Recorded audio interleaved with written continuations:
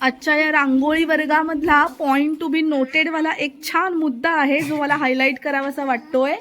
आता या पुठ्ठ्यावरती जी रांगोळी काढली जाते ना, देसाई बाईच ना तुम्ही या शाळेमधल्या ज्या देसाई बाई आहेत म्हणजे माझी सखी राखी, तर तिने आता सांगितलं की घरी आपण जे साड्या किंवा ड्रेस वगैरे आणतो. ओ ग्रेट, बेडशीटवालं. अच्छा, म्हणजे साडी, ड्रेस, बेडशीट जे पण आपण नवीन कपडे घरी घेतो त्याच्यामध्ये जे हे पुठ्ठे असतात ते आपण किती सहजपणे फेकून देतो की नाही.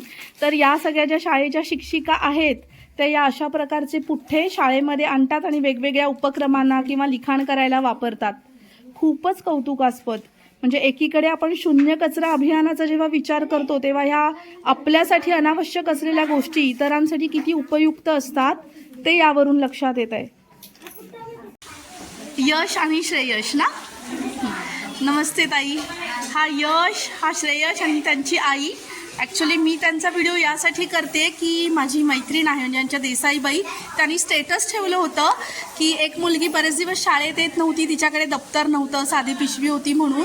आणि मग मला वाटतं कोणी श्रेयसनी तुम्ही छान नवीन दप्तर दिलं आणि ती यायला लागली आनंदाने. तर मला ते स्टेटस बघून फार कौतुक वाटलं म्हणून मी विचारलं, तेव्हा तिने सांगितलं की नवं दप्तर घेऊन दिलं, ती मुलगी येत नव्हती. तर मला ते म्हणजे किती छान संस्कार आहेत. नाहीतर मुलं काय करतात की आई नवीन मला ते, माझं जुनं मी दुसऱ्याला देतो, पण तुम्ही नवं कोरं दिलं. किती कौतुकास्पद गोष्ट आहे ही, माहिती आहे का? असं मन नसतं कुणाचं. लोक कपडे असो, वस्तू असो, जुनं द्यायला बघतात आपल्याला अडगळ होणारं, पण नवीन कोणी कोणाला देत नाही. फार कमी माणसं असतात अशी. खूप कौतुक तुमचं. हां, ऑल दी बेस्ट बाबा.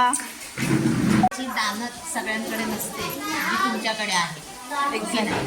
असतं भरपूर सगळ्यांकडे, पण ते द्यावंसं वाटलं पाहिजे ना. आज तुम्ही ते दिलं, उद्या तुमची मुलं पण ते तुमचं अनुकरण करणार आहेत.